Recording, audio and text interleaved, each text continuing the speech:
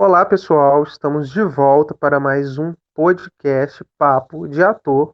Eu sou o Bruno Quiossa e estou aqui na companhia do meu companheiro de sala de giz, Felipe Moratori.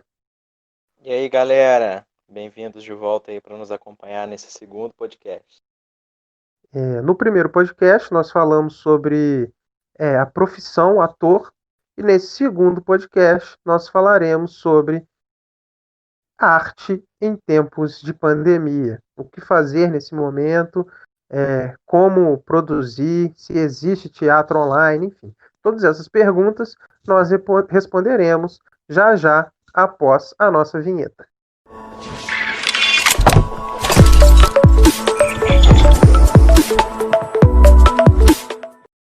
Então, para começar o nosso podcast, nós iremos para a primeira pergunta.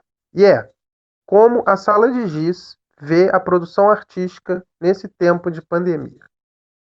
Uma ótima pergunta, e acho que a gente sempre responde ela agora com um certo distanciamento, né? Passados esses meses em que a gente começou a entender o que está sendo chamado de novo normal, né?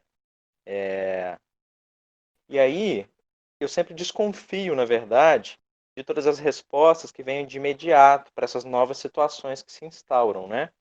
Então é natural que a gente fosse buscar como artistas saídas, e que essas saídas fossem virtuais. Então eu considero que os produtos virtuais que eu estou encarando, né, nesse momento, das diversas artes, né, que a gente está falando de produção artística no geral nesse período, eu acho que elas estão tentando entender os novos recursos virtuais como esse dispositivo. Então eu daria novos nomes para isso, né? Então eu acho que está se fazendo uma arte no Zoom, está se fazendo uma arte no Instagram, né? Novas formas audiovisuais, com certeza. É... E acho que enquanto qualidade, estética e descobertas, eu acho que todo mundo está nessa experimentação e é difícil dizer, né? Ah, esse trabalho está funcionando, esse está funcionando mais, menos. Eu acho que a gente ainda precisa de um certo distanciamento para conseguir fazer essa análise. Há coisas interessantes que eu tenho visto, né, na cidade e fora da cidade, mas eu confesso também que eu fico um pouco impaciente, assim, eu não consigo dar conta de me debruçar sobre esses trabalhos com essa análise crítica e estética, sabe? Eu acho que a gente vai precisar um pouquinho mais de tempo para fazer isso. O que você pensa? Eu penso justamente que a gente não teve tempo de preparar um terreno para que essa arte pudesse acontecer. Ela não foi pensada previamente, né? Ela está sendo pensada agora, enquanto a gente está fazendo. E é aquele pensamento, né, de que no futuro a gente vai conseguir olhar para esse momento e entender quais linguagens artísticas foram alteradas, se surgiu alguma linguagem nova, porque pode ter surgido, né, uma nova linguagem artística, né, como surgiu o cinema lá no início é, do século XX, né, enfim, final do século XIX, início do século XX.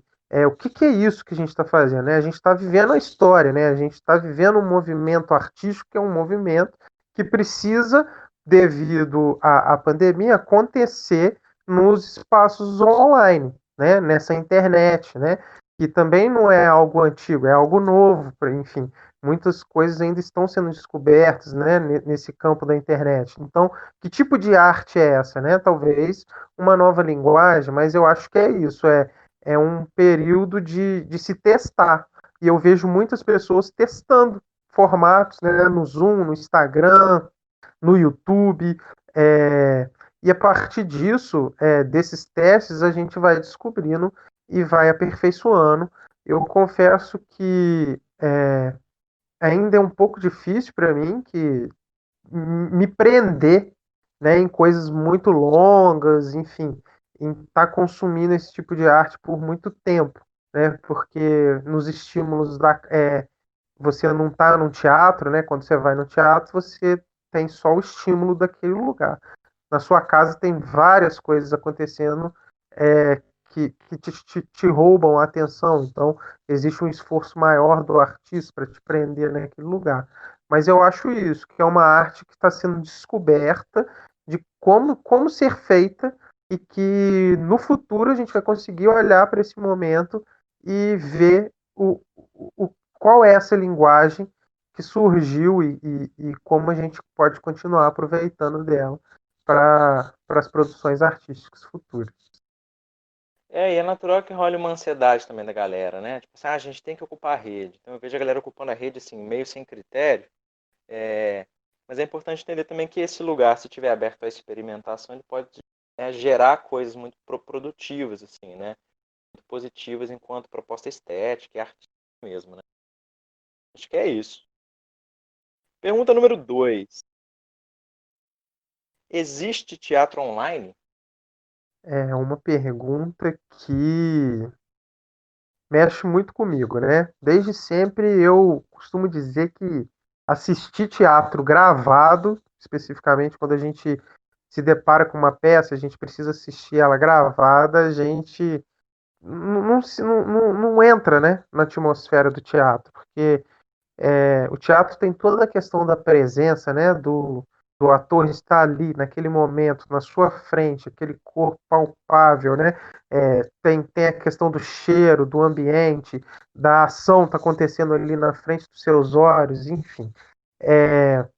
Como eu disse na resposta anterior, eu acredito que o teatro é teatro, onde duas pessoas estão no mesmo lugar, fisicamente, e trocando essa experiência, trocando uma experiência, né? É, a partir de uma narrativa, a partir de ações, enfim. Isso para mim é o teatro que a gente tem e a gente vem aperfeiçoando ele. O que a gente está fazendo agora, eu não consigo dizer o que é, né? Mas eu acredito que é, possa ser uma nova linguagem, uma nova forma de se fazer teatro, mas eu ainda estou muito cético contra o teatro online. Eu acho que teatro é teatro e qualquer tentativa online é uma outra coisa que não o teatro e que não precisa ter a pretensão de ser teatro, né? Que em breve nós descobriremos o que é essa outra coisa. Ela pode descobrir outras potências que o palco não dá essa possibilidade, né? A rede tem muitas coisas que podem ser usadas que no palco eu não consigo fazer. Ao contrário, no palco eu tenho outras possibilidades que a rede não consegue me dar. Então, as especificidades do meio, eu acho que vai nos dizer o que é, mas eu acho que não é teatro. É uma opinião minha, né? Porque eu ainda estou Sim, preso àquele teatro que é o teatro, que eu espero voltar a fazer em breve, inclusive. exatamente. É isso, caríssimos espectadores. Não, não existe teatro online, tá bom? Vamos parar com essa história, não existe teatro online. É. Mentira, né? Tô fazendo aqui uma piada. Eu acho que é legal entender que os dispositivos, como o Zoom, por exemplo, que estão permitindo separação dos atores em salas, né? Construção das narrativas a partir dessa escolha de interação ali com o dispositivo. Eles são coisas que fazem a gente refletir as possibilidades que o próprio teatro presencial tinha, né? Assim, enquanto recurso narrativo, estou dizendo, né? Essa composição da estrutura do que está sendo apresentado. Mas a presença lá é insubstituível, né? Eu acho que isso eu não, pelo menos nesse momento hoje, eu digo isso com certa clareza, assim, é impossível que esses recursos virtuais substituam a presença. Então, assim, eu fico curioso com isso que está sendo colocado, né? Porque não é um simples uso do recurso audiovisual, porque eu acho que o fator ao vivo ele é muito importante para o que está acontecendo, né? Especialmente quando eu estou pensando nas coisas de videoconferência, né? Está sendo realizado para teatro, entre aspas, no Zoom, por exemplo. Que tem uma coisa ali muito interessante dessa construção, da nova proposição de presença, desse novo lugar dado a esse público. E a gente já está vivendo, né, essa inserção dessa tecnologia há um tempo, né? Pensar, sei lá, eu estou chamando aqui o meu transporte pelo aplicativo, estou pedindo a minha comida pelo aplicativo. Tudo isso nessa proposição de estar em casa, né? Eu ter a possibilidade de, ao vivo, interagir com o outro dentro desse formato, me faz entender, olha, tem alguma coisa que está acontecendo aí, que é um movimento que parece que não tem volta. Vem e vai coexistir, né? Eu não acho que ele supera a presença, mas ele vai coexistir. E, de fato, eu tenho também dificuldade de chamar de teatro, porque eu acho que teatro é teatro. O que está se fazendo ali é uma arte no Zoom, né? Que a gente tem que entender as características específicas desse dispositivo, né? Eu acho que é isso. A terceira pergunta é: dificuldades de se produzir nesse tempo. É. Então, a gente está fazendo a nossa campanha, né, pela sala de giz, que se chama Princípio Afetivo, e a gente está propondo para artistas convidados que respondam a partir da sua arte a provocação, né, a pergunta-provocação. Que tipo de cura você é capaz de criar? E aí tem sido interessante ter esse termômetro de como os artistas estão se colocando para produzir nesse tempo. E eu vejo que tem questões, entraves, dificuldades, que eles são da ordem subjetiva mesmo. A gente está vivendo um momento em que as pessoas estão com um sofrimento genuíno, né, de atravessar esse período que é completamente conturbado e impensável, né? A gente pensar que a gente vai parar todas as nossas atividades e vai estar isolado dentro de casa. E para além disso, a gente está num cenário político que está colocando à prova a todo momento essa questão que poderia ser muito mais simples, né? Em termos de um critério de postura de saúde, que é vamos ficar em casa, vamos acreditar na pandemia. Então a gente, né, os artistas que a gente está convidando, estão tendo que lidar com seus isolamentos e toda a pressão externa desse cenário político que está do lado de fora. Então acho que é realmente muito difícil pensar num estado, né, psíquico, afetivo, subjetivo, para estar criando. Ao mesmo tempo, outros artistas vão se mover justamente por essa dificuldade, né? Então, estar pressionado dentro de casa e dizendo, nossa, eu estava desconectado, foram alguns dos relatos, né? Eu estava completamente desconectado da possibilidade criativa e fiquei super feliz do convite da sala de giz poder me fazer entrar num estado criativo. Então, também é interessante pensar que artista arruma desculpa para criar, vamos colocar assim, né? As nossas inquietações nos movem, nos geram impulso para essa criação. Mas, ao mesmo tempo, é muito importante a gente ter essa escuta interna de não achar que a gente tem que produzir por produzir nesse momento. Isso também é um erro, né? Eu acho que quando a gente fala dessas opressões todas que a gente está sofrendo nesse momento, elas estão diretamente relacionadas à nossa forma de olhar o nosso modo de produção, que é o capitalismo, né? Que já impera sobre a gente todas essas formas de produzir. Então tá na nossa pergunta está essa palavra, né? Dificuldade de se produzir. Isso é uma coisa tão de raiz capitalista, né, na nossa vivência, e a gente vai seguindo isso sem questionar muitas vezes, né? Inclusive dentro da postura artística que muitas vezes é questionadora. Mas os artistas se colocam para produzir, né? Então, estou dando um pouco de voltas na minha fala, né? Porque eu entendo que as dificuldades de se produzir elas vão variar de pessoa para pessoa, de artista para artista, de dificuldade técnica para dificuldade técnica, porque, por exemplo, né, nós que somos do teatro, estamos impulsionados agora a ter que lidar com o dispositivo da câmera. A gente não sabe lidar com ele, né? A priori, né, os artistas da presença não sabem interagir com a câmera. A gente está descobrindo esse universo. Para uma galera que já está acostumada com esse dispositivo, não está sendo uma dificuldade de produzir, né? Ela está tendo dificuldade, talvez, de ter o espaço restrito. Mas, então, acho que as dificuldades de se produzir vão ser variáveis, mas acho que a gente tem que ter a sensibilidade de escutar, de fato, que esse tempo nos exige novas formas de relação, né? Novas formas de olhar para nós próprios e para o mundo, né? Sem dúvida. O que você acha? Então, a minha percepção dessas dificuldades estão está justamente nessa questão de ser tudo muito novo, né? A gente ainda está se adaptando a uma nova rotina de vida, por exemplo. Quantas vezes eu esqueço de usar a máscara, de lavar os alimentos que chegam do mercado, eu preciso lavar. Então, é tudo muito novo, né? E essa forma de se produzir de casa com outro meio é uma novidade, é uma nova ferramenta. Então, a dificuldade do artista do teatro, especificamente, né? Para mim, está nesse lugar, de lidar com uma nova ferramenta e com um novo dispositivo de produção. Né? E também tem essa dificuldade de produzir ou não produzir. né? Eu espero a pandemia passar para eu voltar a fazer teatro, ou eu vou fazendo coisas durante a pandemia? O que que eu posso fazer? Então, a dificuldade está muito nesse lugar dessa angústia e nesse lugar da novidade. Mas, a partir disso, tem saído coisas muito bacanas, né? A campanha da Sala de Giz, Princípio Afetivo, a gente vê vídeos, assim, incríveis, assim, de artistas que a gente convida e que acaba nos emocionando muito, assim, é, tanto quanto um espetáculo ao vivo que a gente fosse assistir, né? São vídeos curtos, mas que nos tocam artisticamente, né? Por exemplo, em Juiz de Fora tem uma outra companhia de teatro, que é a Santa Corja, que criou uma websérie a partir de um espetáculo de teatro que eles já tinham. E foi muito bacana também. Então, os artistas vão buscando alternativas frente a essas dificuldades, né? É, é isso. Enfim. Vamos para a próxima pergunta? Projeções para o futuro sem pandemia. Cara, eu sou um cara otimista, né? Eu gosto de planejar meu futuro dando tudo certo.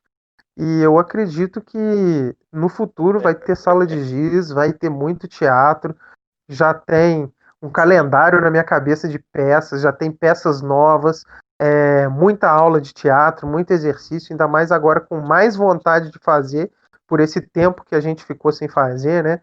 É, a sala de giz é quase aquele brinquedo que você ganha de aniversário, né? A sala de giz nova, você ganha um brinquedo de aniversário da mãe, e aí ela guarda na caixa e fala assim: não, você não sabe brincar, senão você vai estragar o brinquedo. Só quando você ficar mais velho que você vai poder brincar com ele. Aí você fica olhando aquele brinquedo dentro da caixa, querendo brincar com ele, só que a mãe tem muito apego, não deixa você brincar. E a sala de giz está nesse período, né? A gente acabou de abrir a sala de giz, aí tivemos que fechar, ela tá lá e a gente está doido para usar, doido para fazer muitas coisas. Então, logo a gente tome essa vacina aí, então logo libere essa volta para o funcionamento das coisas. Eu acredito que a gente fará muito teatro e também com esse aprendizado online, né? Porque a gente se obrigou a fazer coisas online e que eu espero que no futuro a gente faça teatro e também mantenha essa atividade online que a gente descobriu e está descobrindo nesse momento. E você, Felipe? Sem dúvida, eu acho que é isso, né? Primeiro entender que existe também essas afirmações, né? Realmente assim pessimistas e inquietas com relação a gente nunca mais ter a possibilidade desse retorno às atividades presenciais especificamente, né? Que a gente está falando de arte da presença. Eu não concordo, porque eu acho que uma vez que a gente, de fato, tem essa vacina aplicada, descoberta, eficaz, enfim, a gente vai, mais uma vez na história, né, da nossa humanidade, atravessar um período pandêmico. Então a gente já viveu isso no início do século XX, né? Então a gripe espanhola já veio, a gente não tinha os recursos suficientes que a gente tem hoje, a gente não tinha internet para fazer teatro online, né? E a gente está aqui, sobreviveu, fizemos muitos carnavais depois disso, né? Então eu acho que o nosso pensamento imediatista também leva a gente a projetar em cima do presente as inquietações que, a longo prazo, quando a gente está falando de futuro, né, eu acho que elas vão ser amenizadas. Assim. Agora, é muito interessante a gente entender quais são os impactos que a gente tem nesse momento, em vários sentidos, né, impactos de diversas ordens, para a gente realmente repensar os nossos modos de fazer. Porque eu acho que só assim a gente consegue, de alguma forma, tirar esse período também como um aprendizado, né? Já que ele está posto, né? A gente não há muito o que fazer nesse sentido. Então resta a gente aprender, né? Ter formas de olhar para isso como uma forma de superação mesmo das nossas posturas, né? Dos nossos modos de agir. Artísticos e políticos também, né? Eu acho que é isso. Então sim, a gente vai ter um futuro sem pandemia, podendo fazer tudo que a gente fazia antes e com essa vivência, com essa experiência do que aconteceu agora. Mais fortalecidos, né? Enfim, é, Espero que sim, sem sem dúvida. dúvida, né? É, enfim, com essa mensagem de otimismo, nós encerramos nosso podcast desse mês. Espero que vocês estejam gostando do material que a gente vem produzindo. A gente está aprendendo, né? Como a gente disse nesse próprio podcast, aprendendo a produzir coisas online, podcasts, vídeos, enfim. E A nossa intenção é que cada vez mais a gente consiga trazer um conteúdo bacana para vocês, padrinhos e madrinhas da Sala de Giz. Um forte beijo e voltamos mês que vem com mais um podcast. Quer falar alguma despedida, Felipe? Beijo, queridos. Obrigado pelo apoio e até a próxima. É isso.